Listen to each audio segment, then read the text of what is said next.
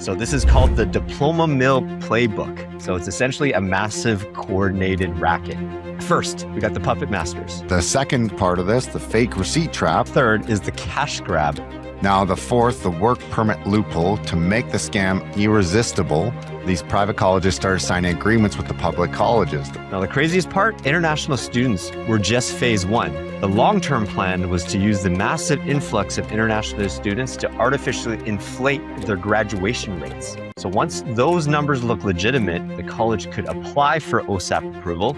And then the goal was to tap into domestic taxpayer dollars right when the international student well eventually dried up. Welcome to the Canadian Mortgage Show. Here are mortgage professionals, Pang and Alex Shanks, to cut through the BS and educate Canadians on all things mortgages and real estate. Welcome to episode 101 of the Canadian Mortgage Show. Alex Pang here alongside Alex Shanks. Before we begin, let's make sure you hit that follow and subscribe button on YouTube and Spotify. Help us grow the community. Help us get to 1,000 followers on each platform. So Alex, we're back into our comfort zones here, back in the studios. Yeah, it's not the same. I mean, the one thing we took our mics and stuff apart, and everything is in a weird spot for me. I realize I see a box back there, but so we, as everyone saw, we were in person and live that way. Alex told me something. He didn't want to say it out live, but he said that if we get to 1,000 on either YouTube or Spotify, he's gonna go wake surfing in a Speedo. That's what I heard him tell me. So hit that button, and then it's we'll get EJ to put one up showing him surfing now. But again, if you want to see him in a Speedo, he'll do it at 1,000. Got this! Woo! Tired! Okay, that's it. You know, we didn't really talk about this, and I would need many shots of tequila before I do that. So, you know what? If I'm down, I got to get my son. I don't know if you guys follow me on social. I was taking a picture with my son topless before the boat. I'm like, whoa, boy, Yeah, Joe, what the heck? Why are you so ripped? Holy shit, you're freaking ripped. I never had that kind of body. You came from me. Yeah. I tried to, and then my wife's like, are you jealous? I'm like, a little. A little bit. Yeah. That's in what did your son, did he like the boat? Did he have fun doing the surfing and everything? Oh yeah, we had a great time. So, like we talked about last week, went to Alex's house, recorded episode 100 right on the Thursday. The day after, my oldest Jordan and I, we visited Alex's cabin there. Alex that he co-owns with his dad, right? Just to be clear. But it's beautiful property right on the lakefront. He has a boat that's good for wakeboarding, jet skiing, and all that stuff. And it's been a while for me, and I was kind of uncomfortable in the water, so to speak, right? If let's just recap this. You were that bad, but it was like I was nervous. As long as you were just sitting there by yourself, but as soon as we gave you that board, you were just like, ah. Yeah, I got uncomfortable. So I guess for those of you who jet skied or wake surfed or wakeboarded before, you kind of need to have your board up like 90 degrees. And you hold on, and then when the boat goes, you get pushed up, and then you go. I had problems with this board. It kept falling back, going the other way. And I'm like, you didn't want your head to go in the water. Yeah. And plus the initial life jacket you gave me was really flimsy. It didn't really keep me afloat. And I was like, oh shoot, I'm freaking drowning. So you gave me the more, sturdy one that kept me afloat better. I was more comfortable. And then Alex had to jump in the water to actually hold the board. Caress Alex. Yes, just he had to hold me in the position. Behind. And then I finally got up, and after the first run wasn't that good, but the second run, you did very well. Like I said, you weren't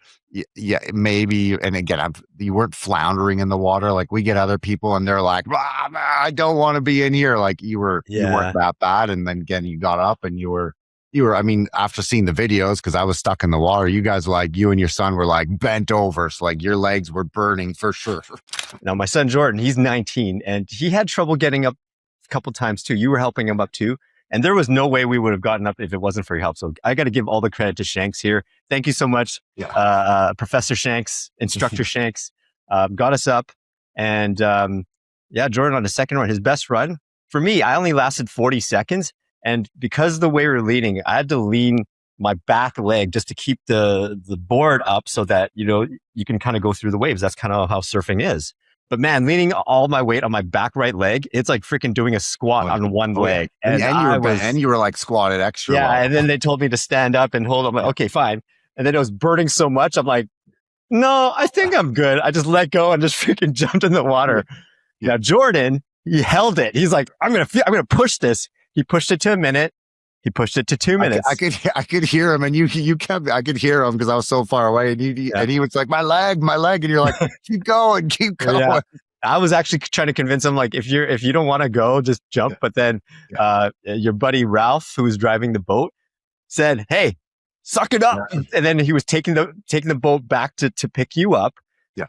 Jordan was up the entire time for 2.5 minutes. So good on you, Jordan. Jordan had a great time, and thank you for you guys for having such an amazing experience and helped us. We're going to do this. I got to do one cool thing today with my. I've been not wanting him to do it for a while, but I got my oldest son to like hold onto my back, getting up wake surfing with me, and then I got him to go onto my shoulders and surf with him through the roof and rope and everything. So that was pretty fun. He's 7 and he's big, so this would be the last year I'll be able to do that. Yeah. I've seen some more extreme people take their dogs surfing. Yeah. Like not paddle boarding, right? Well, but I don't even know how those, like the people in Hawaii and stuff, I don't know how they do that. I would it's crazy. It's crazy. Obviously they're can hold on to a rope. Yeah, they're experts, or it's probably not the jet skiing or the wakeboarding, but it's probably actual surfing. Their dog is on the front and they're like, and then they get up and they're obviously expert surfers and stuff. But hey, want to mention one thing. I changed my backdrop. Got rid of Quinn Hughes because he's not on the team anymore, and he's not the biggest that popular in Vancouver right now. Changed it to a long time. We're both Seahawks fans. Got Marshawn Lynch. Alex voted for the black background. I'm like, I may, as most people can probably tell, I wear a lot of black or gray. Yeah, and I like the white, so I went with the white there. And my favorite soccer player now, Erling Haaland. So got that. But anyways, you know what? We got to begin the show here. We just want to give out some, thoughts and prayers to the people in Summerland right now and the nearby communities in the Okanagan. We've seen the videos on social. 22,000 people evacuated due to the wildfires. Our province of BC declared a state of emergency. Homes are being destroyed. You see it. It looks like, honestly, it's the apocalypse. Yeah. And it's disconcerting too is seeing videos, police chasing a man who was lighting fires in Kelowna while he was running away. And it turns out this guy only got sentenced to 21 months in prison. Doesn't make any sense. Like what we said about white collar crime pays in Canada. Like our judicial system is not punitive enough. Like this should be treated like domestic terrorism. Like he should have gotten like 10 plus years in prison. Like, what are your thoughts on that? It's so crazy in this. I don't want to dive into this too far, but I know some people that they got busted for marijuana back in the day. They're still in jail, and it's like, hey, that's now legal. And then you get a person that lights a fire or murder someone, and they're out of jail, and that's where we have problems that way. But again, our thoughts are to everyone that way. I do want to say, if anyone has family there that they need help or coming to the island, please send a message. We may have space somewhere, and so we'll make sure that people have spaces to go with everything going on.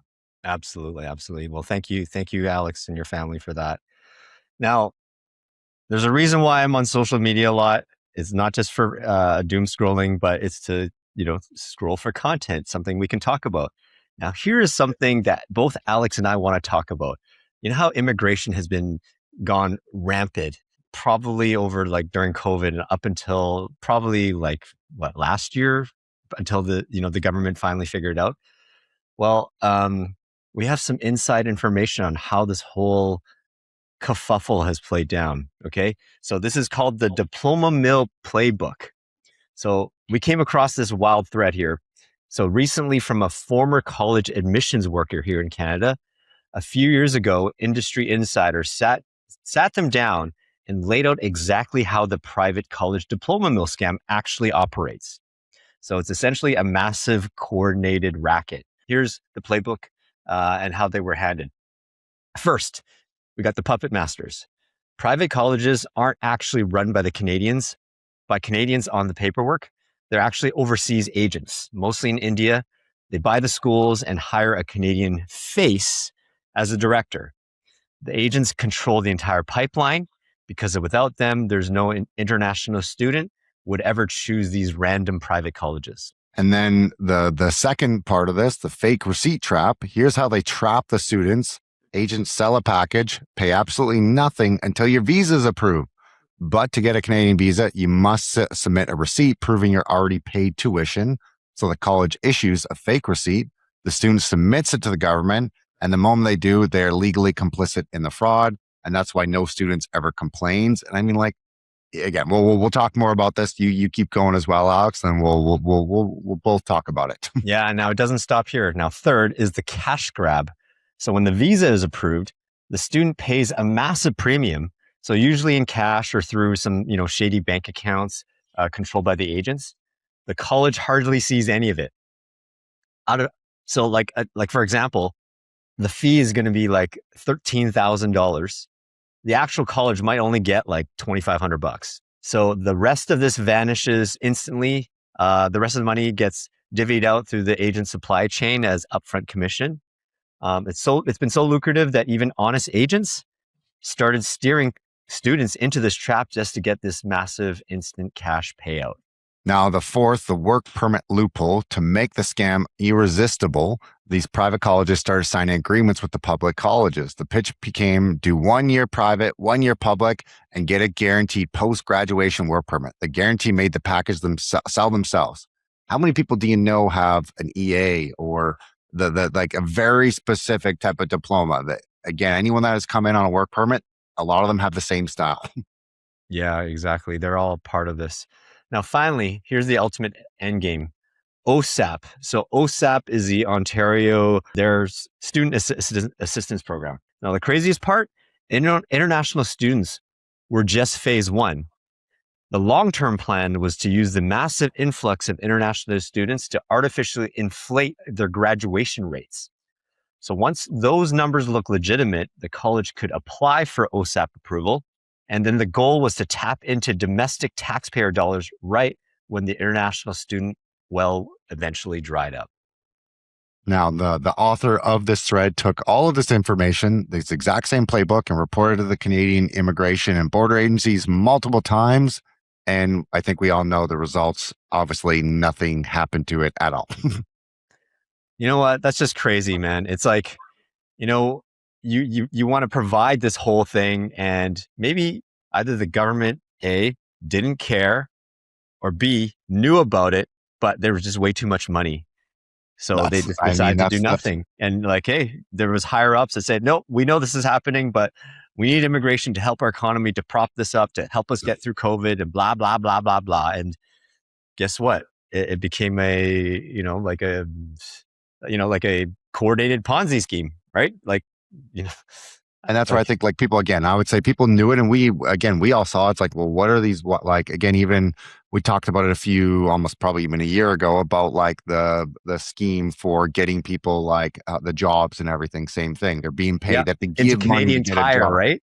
Yeah. And that's where these were all like these, hey, yes, they were being sold for one. A lot of these people were being sold a fairy tale of how amazing it is in Canada. And hey, Canada is absolutely amazing. Like a lot of places where these people are coming from. Hey, if I probably lived there, I would probably pay a lot of money to get out of there too. But for one, they were kind of sold a fairy tale of like, come here, you're going to have the best life ever. You're going to be able to own a home. You're going to have a great job. That hasn't been the case. A lot of these people are having now work 5-6 jobs just to sustain their family. So, hey, that sucks for them and the money that they spent here. But again, people were making hand over foot. The government knew about it. Banks knew about it. I would guarantee it, but hey, the money was there and they weren't going to stop it. And it made our economy look better. Yeah. And you can see so many immigration consultants pop up because of this kind of public-private practice that everyone kind of knew about, the whole playbook. And finally, it revealed itself. So, thankfully we move on here. I mean, give credit where credit's due. The Liberal government, they undermined the faith in the Canadian immigration system. And like what we just talked about, it basically allowed rampant fraud. first through the Lima work permits, the diploma mills. Now the latter is finally starting to get corrected.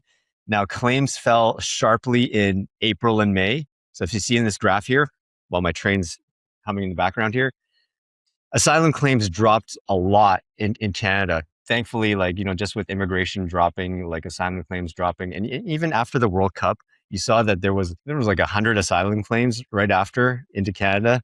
But not just in India, from other countries, maybe because everyone saw that Canada is such a beautiful country to be in, I guess.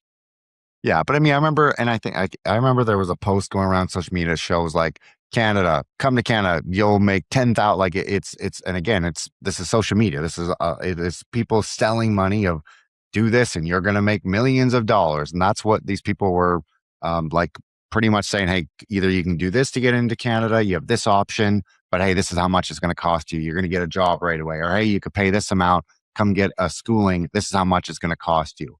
And it's just wild to see what they were actually shilling out there. Yeah, that's crazy. Now, we also have the big four telcos have all reported aggregate new cell additions were still trending way down in Q2. More confirmation that population growth has slowed dramatically. We already know this. The megaton may be in question, but direction is not. And so you got TELUS, Rogers, BC, and Quebecer Net. 2024. This is in the thousands, but you got 400, 500. 2025, we're going in half, and then you go down to 2026, and even another drop off that way. And again, this is just showing we're not bringing people into Canada, which I think is a good in one sense, but we've pendulumed so far of too many people in, now not enough people in, and it's going to be an issue again. Yeah, we've always kind of lauded the instead of the immigration numbers, the best measure to track immigration is cell phone activations before the actual report comes in, and this kind of confirms the whole immigration being down, and even our population growth is going negative, where people are net leaving the country and such. So we're not quite done the immigration file yet. We take this story across the pond to Europe. A couple weeks ago, I don't know if you've seen the videos of this, Alex. Thousands of illegal migrants have been flooding the northern Spain in Ceuta. As soon as they cross in, they are eligible for asylum. Surprise, surprise! Because Canada has this. Canada has that too, and mobility in the EU. No background checks. Mostly all young males. Now, Ceuta governor urges Spain president to declare a national state of emergency. I don't know if you've seen them. These are mostly young African men, 25 to 30, on boats crossing the Mediterranean Ocean, whatever, and then coming on shore and just flooding the border. That's just crazy. Yeah, it's and again, this is where we are sheltered so much in Canada of what happens here, what we see. And even again, you could say Spain, it's not a third world country, but again, they're near other places that are very much third world countries and what happens there and everything. And again, I do think us Canadians, we have to respect what we have here. And again, yes, a lot of people are like, oh, we've turned into a third world country here. Like, you do have to remember, we're not. We still have a lot more stuff than them. Are we maybe as great as what we used to be? No, but a lot of people are going through a lot worse than what we do. Yeah, I think with any country, immigration's fine. We just need to be sensible, right? In terms of we need to have the services to handle the growth, the schools, the homes, the jobs, the hospitals, doctors, all that stuff. It's countless times, in my life, I've seen things, we talk about it, things been swinging one way, the other, back again, can we just not do things moderately? But I guess moderation doesn't sell. It doesn't buy votes, right? They need to see extreme things, and they realize, hey, 500,000 build Canada homes. As soon as they announced it, all of us in the industry were like, yeah, bullshit. There's no way. They've never built anything past 270,000 homes. So yeah, it's just, I'm interested to see what comes up about that. Hey guys, Alex Pang here, your favorite Canadian Mortgage Show co-host. You've heard us talk about all things mortgages, but if you have questions about your own mortgage, or you're thinking about buying, refinancing, or renewing, send us an email at info@canadianmortgageshow.com. We're always happy to help. That's info@canadianmortgageshow.com. Now, back to the show. Now, this is where we're talking about, is Canada's economy doing great? Is it not doing good? And it's kind of funny on here. So Canada adds 75,000 jobs in July, 15,000 more jobs than that was expected. On here, the big thing here is you're going to see that, well, in the US, as we go down, well, they lost jobs. And on that, they were actually meant to gain a bunch of jobs, which again, like, this is a bit of a, it's like the Weather Channel. Anyone can throw their hat in and be like, I think there's going to be 50,000 jobs. And most of the time people are going to be wrong here. The issue I see here with this again is a lot of this stuff is going to be seasonal again as well. We had the World Cup, like it was still going. It's not over yet for that data and stuff. This is not, this to me does not put any indicative that our economy is doing good. The thing from this that has happened is bond yields have gone up, putting pressure on fixed rates again, that, hey, we're not going to be, we talked about it 2-3 episodes ago, that maybe there's going to be a rate cut. Again, this puts pressure that that's not going to happen. Yeah. And you know what? Most of these job gains has come from the private sector, not the public sector. So at least if that's the number, it's something that's productive. Whereas the public sector, we know it's an administration, bureaucracy, government, and all that stuff. So at least that's kind of good news in that, right? Now, despite all these job numbers, there's a new report showing more Canadians are drowning in debt. There's as of Q2, 37,523 consumer insolvencies.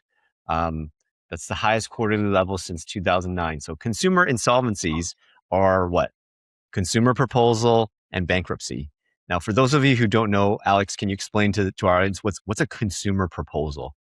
So the big thing is it's so funny. Everyone's like, well, it's not as bad as a bankruptcy. It shows up the exact same. The difference on that, it doesn't go on a court record. Consumer proposal, it's going to stay on your credit. It does the same amount of damage.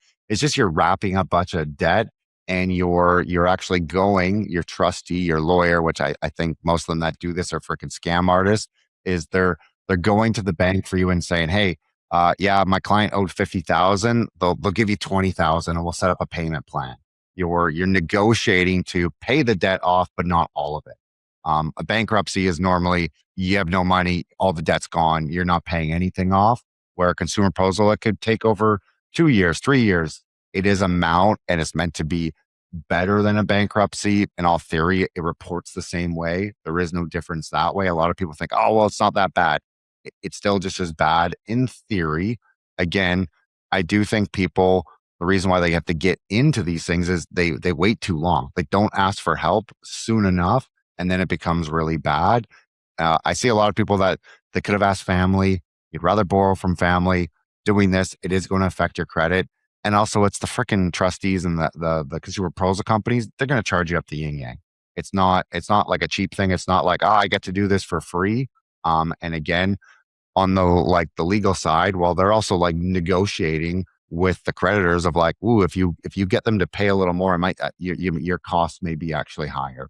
And so on that, I think people need to understand you need to look at all your options. There's also like consumer debt collection that maybe you can go to your bank and say, hey, I need help. I can't get this credit card under control. I can't get this line of credit. It's not a consumer proposal. It's just wrapping that debt up into a full loan, which might actually be better for you. But a lot of people just flounder. All they do is just pay interest. They're not paying anything else. And then a card that was at 20,000, it sits at 20,000. They go get another card to pay that interest. Now they're at 40. Yeah. So I guess what Alex is saying is summarizing is before bankruptcy, yes, your debts get wiped, but it's on your record for at least 7 years. And it's going to be very hard to be able to borrow money again. You will, but it might take at least 5 to 7 years before you can start borrowing anything substantial again. You may be able to do something, but your interest rates are going to be sky high. Like, when it comes to borrowing a car, credit card, all that stuff.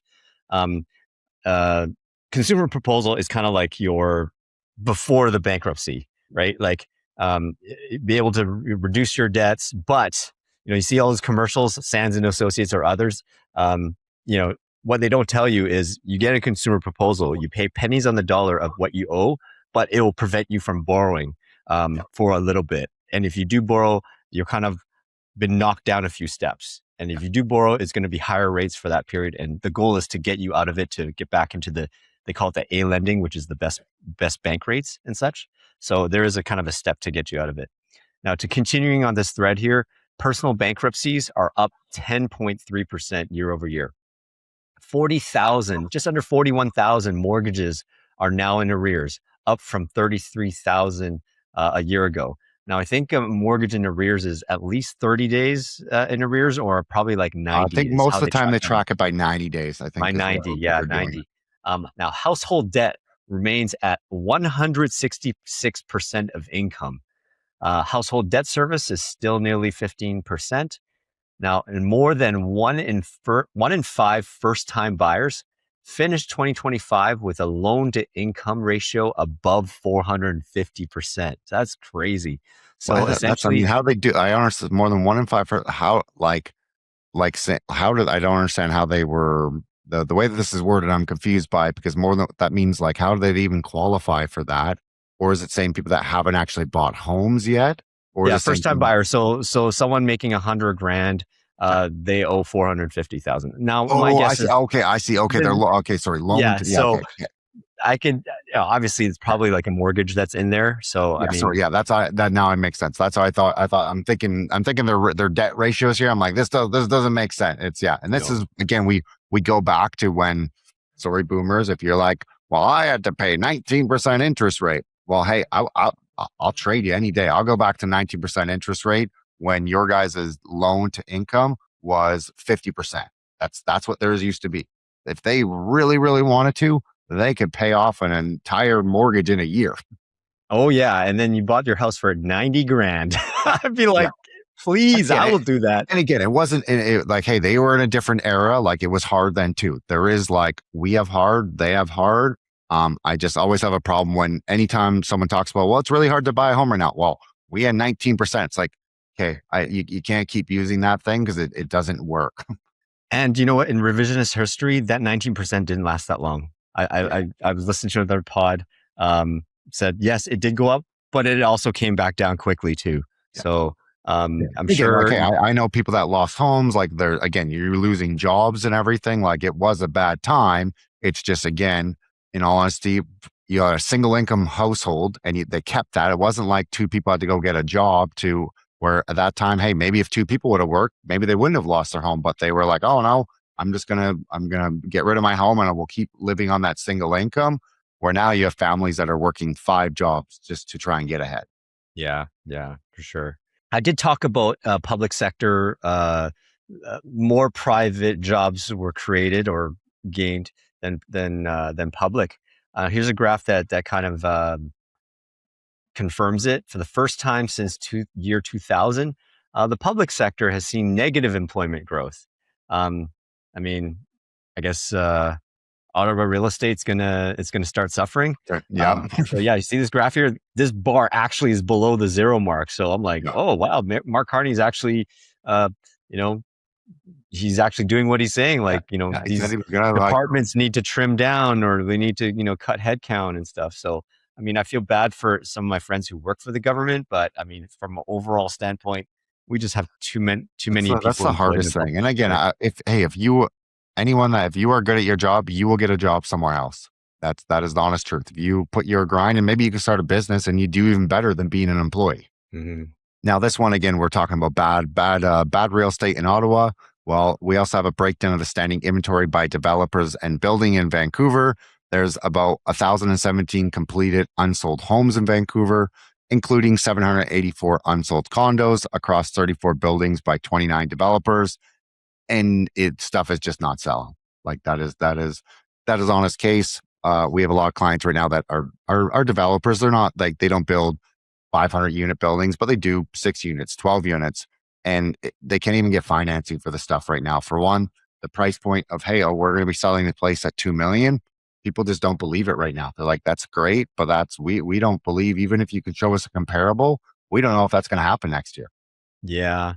I mean, I have a client who's looking at buying single income, looking at buying a pre-sale in Langley. And we know that prices have come down, and especially even pre-sales, because that market is dead. So I had to kind of chime in and said, honestly, I don't think buying a pre-sale today is a good idea in the Fraser Valley, because that like what I've been mentioning the last, couple of episodes, the prices probably has more room to go down between now and next year. I mean, and then it'll stay flat for a bit.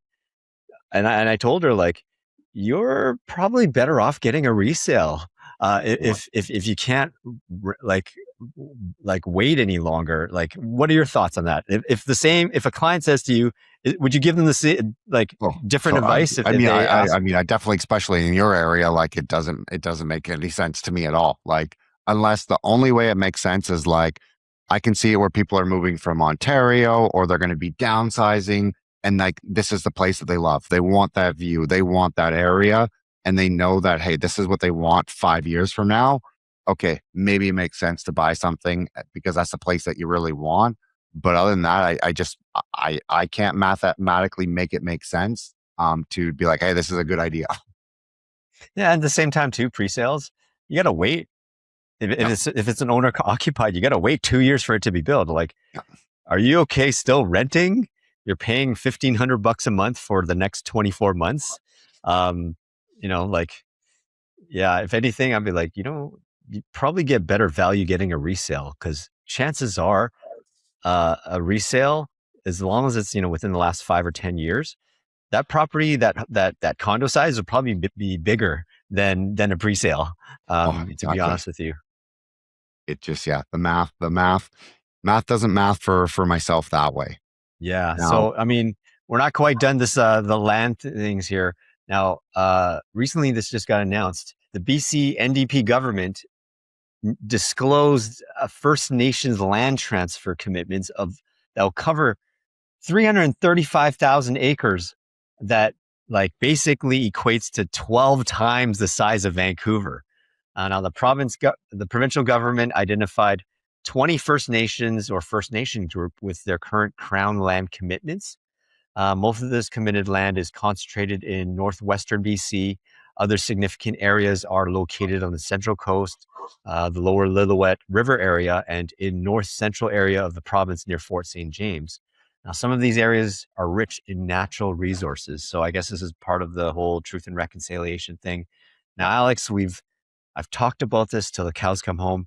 Is there a point where we are reconciled, that we will be done paying? Like, is there I don't know. I think there was what happened.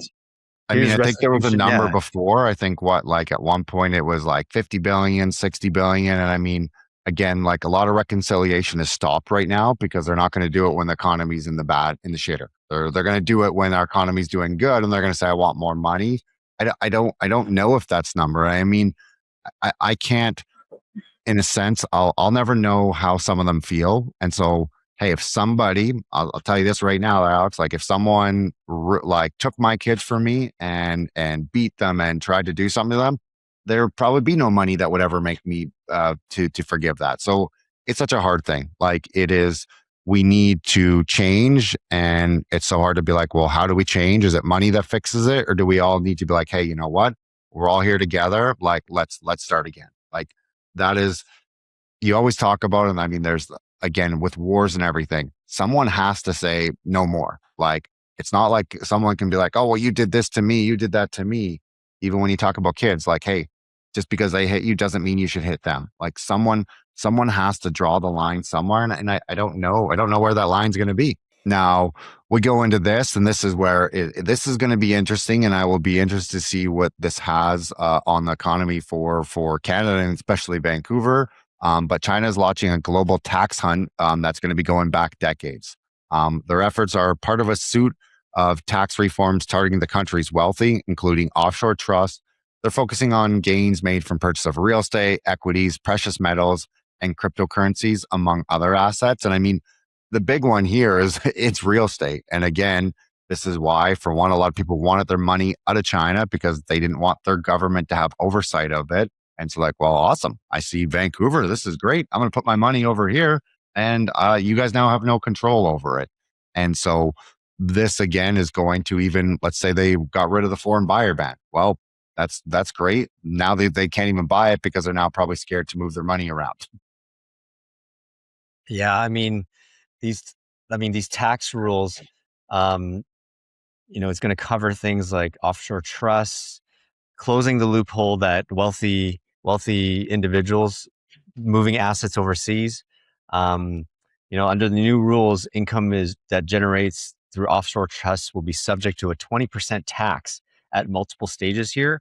So now, together with a suite of tax reforms, the new policies will bring China's taxation system more in line with that of like the U.S., under which American taxpayers are generally taxed on worldwide income. But from a local perspective in Vancouver, bad news for the luxury real estate market. Nope. Those homes that you see in West Vancouver or the Shaughnessy, I've seen some posts on some social that, things that at the peak sold for 20 million now is selling for 13, or something that would have sold for 13 is selling for 8. So, the ultra wealthy ones, it's come down a lot bigger that way. So we want to finish off with one last little bit here. So here's an interesting stat here. Gen Z, I think that's my kids' age group. They're moving away from stocks to sports betting for their wealth plan. This is kind of shocking. 52% of them have redirected investment funds into sports betting. And it's not surprising to see, because whenever we watch TV, Alex, or sports, you're going to see so many betting ads, Bet365, FanDuel, whatever. You see all these celebrities, sponsoring or being hired to do these commercials.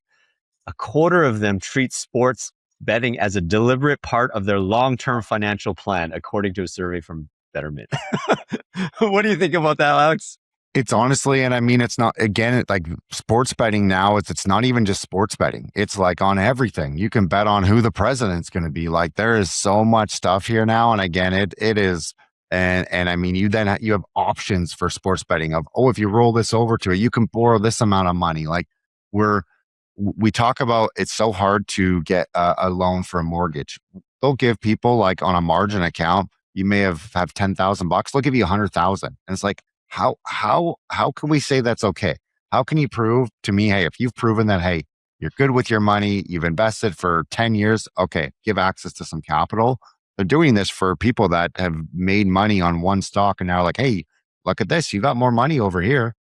Yeah, you know why? Because it's sports betting is almost like a drug. It is almost like a stock. Like you're trying to put money down on, let's say, your long shot to win, right? Yeah. And then you win a big gain. And educate me for a second, Alex. Is a margin account, is that something you borrow against, like a line of credit kind of thing? Is that what it is? Yeah, for investments and stuff, you can have margin. And again, normally, like, you would have, let's say you had 100,000 invested. Well, in some cases, again, they could give you a margin account of 200,000, 300,000. Margin account, same as a line of credit. It can be called at any time. If you do, I don't know, do you remember the roaring kitty and everything with GameStop when all that was happening? Yes. People had margin accounts and they were doing all this stuff, and you can be called at any time, and it's called a margin call. And again, people, they would have had they got calls before they could have made more money. And this is where Robinhood was blasted online of, like, they forced people to sell stocks. Again, was it because the big banks were saying you need to do this so that we don't lose millions and billions of dollars? But again, I'm fine. Same thing as someone having a home equity line of credit. It's right for the right person, but again, it's not right for a 19-year-old. Probably not right for an 18-year-old. And again, should we be letting them bet? Again, this is such a hard thing as well. Should this be the government's job? Should this be the parents' jobs? But again, you get people online showing, again, on YouTube, this is from social media, hey, you can become a millionaire by sports betting. You don't need to go to work. And it's like, like, people see this and they think, like, awesome, this is real. I mean, I have to admit, I have bet on some games, and I did uh, for the World Cup, and like what Alex saying, you can use your winnings to. It's called a Yep. parlay, where you Yep. can kind of stack your bet. It's kind of like double down kind of thing. If you guys ever play like blackjack and stuff, um, yeah, I think I put down. I won money because, oh, you guys are gonna kill me. I actually bet against Canada versus Morocco. And I've learned this thing is like you always bet against the team that you're rooting for because you win either way, right? You Yeah, either win exactly. money or You your feel team good. wins it. Yeah. Yeah, yeah. And yeah, I felt kind of dirty like when Morocco won. I'm like, oh, our team lost, It was but I won a Alex. It hundred was your bucks. fault. Everyone call. I'm blaming Alex right Yeah. now. It was all his fault. So I used that $100 to do a parlay through the World Cup. I picked Brazil to beat Norway in the round of 16, um, England to beat Mexico, and I believe was it to beat Egypt? Oh, Argentina to beat Egypt. So I just bet on all the favorites for three of them. Man, Erling Haaland and Norway beat Brazil the first time, and that just blew up my parlay right from the beginning because the other two games they won, and I would have won like Yeah. $1,900. Yeah. I'm like, but Erling Haaland, you're my favorite player now, so I can't fault you for that. Anyways, at the end, I only lost $100 for the initial winnings for my betting. Sorry, Canada. I bet against my own country just to win I money. mean, that's even just talking about like lotto. Like I remember, I think can you buy a lotto ticket at 18? I can't remember if it's either 18 or 19, whenever you're allowed I to think it's do it. 19. And I remember I bought it and I said, hey, if I win on this, maybe I'll buy one once a month. Didn't win. And again, to me, it's like there's people that they spend their entire life trying to think that they're going to win millions of dollars, and the amount of money that some of them spend, it's like, holy smokes, if you would have invested that money, you would be a millionaire right now. Yeah, I do admit, like sometimes we go to casino and people get addicted by the win and the rush, right? The adrenaline rush. And the house usually always wins because what you end up doing is you end up reinvesting your winnings back. You keep playing and then you lose it back. You have, like for me, I always slow and steady, treat it logical. My goal is to win $100. And when I win, I'm out. If I lose it, okay, that's my entertainment. And are you Not a lot good? of Like, people are like you that. good? And obviously you're good at that, Alex. Like if you go in like, hey, I can only spend $100. And then Yeah, do you yeah. like, and do you take like, I've done this in stocks when I used to do my own stuff, and everything is you take your winnings, you put $100 in it. Let's say your stock goes up and you're at 300. I'm taking $100 out of that instantly. I can now, if I make more money, amazing. If I lose money, I'm not going to lose money because I've already gotten my winnings out of it. And at the same time, anytime I go to a casino, I come in, I'm going to spend this amount of money. As soon as I've won that, I take that money out, and then the rest I can just ride with it. And I don't care what happens. Yeah, for me, I treat it as more like entertainment money. Yeah. Like if I lose it, then at least I just want it to last for like A few couple hours. Yeah. hours, right? So like I play roulette, I play outside, and my goal is just to win $100. Yeah. And once I win $100, I'm out. I don't keep going because I could feel like it was kind of difficult. It was back and forth, back and forth. I'm like, you know what? You can feel the juju not working. And I'm like, you know what? I'm not feeling it today. I'll just, even at 50, I'm like, okay, I'm out. And so, yeah, so I'm a little more conservative than that, right? So like, you know how you're conservative on the rate predictions? Yeah.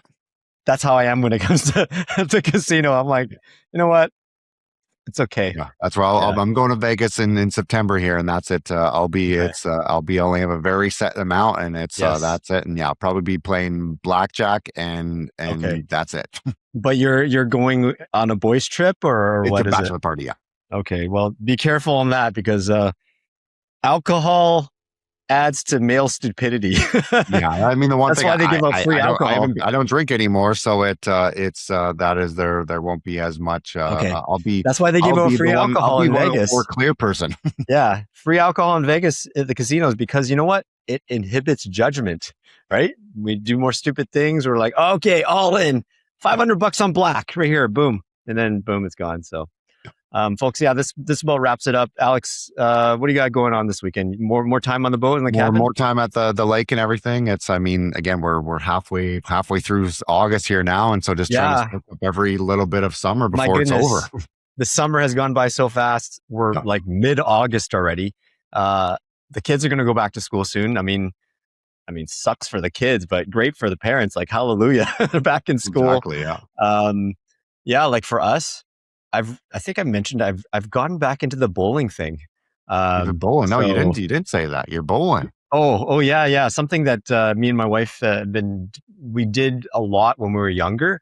But something that I just decided that, hey, we want to do date nights again. We want to do some things to spicing up our relationship again. So you're going bowling. Hey, we enjoy bowling activities, right? We did archery first. We love food. We can't go out to eat all the time because that's expensive. Yeah. So both of us have our own shoes. I I made the jump and bought my own bowling ball and stuff. Yeah. And I'm watching videos now because I'm a two-handed bowler and I do the spin stuff. Yeah. So I'm like, okay, I got to fix my mechanics. And I went there today, and man, when you fix your mechanics, and oh man, my scores are crap. So Yeah. I'm like, I got to fix this. And I'm one of those things where I treat that when it comes to sports too. I'm like, if I'm not good at anything, I'm like, okay, I got to make sure it's like, reconstructing doing it my golf properly, yeah. swing. Yeah. So I'm committed to at least my family will join me with that too, because they enjoy it as well. Oh, and I bought bowling shoes for my kids today too. They like it too. So No. we're going to do that. We'll do that That's more. nice that you guys get to all do something together. That's the most important part. Yeah, folks. So this about wraps it up. If you enjoyed this episode, please listen to the 100th episode. That was amazing. It was great. We got a lot of great feedback from our friends and loyal followers. Great reminisce episode. If you've enjoyed this pod, please do us a favor, share it with someone you know. On behalf of Alex Shanks, I'm Alex Pang. Thanks for tuning to this episode of the Canadian Mortgage Show. We'll see you next time. See ya. If you enjoyed this episode, make sure to like and subscribe. If you're listening on Spotify or Apple, make sure to follow us. Please give us a 5-star rating. You can even send us an email because we want to know what you guys want to hear about. That's what we're here for. Reach out anytime.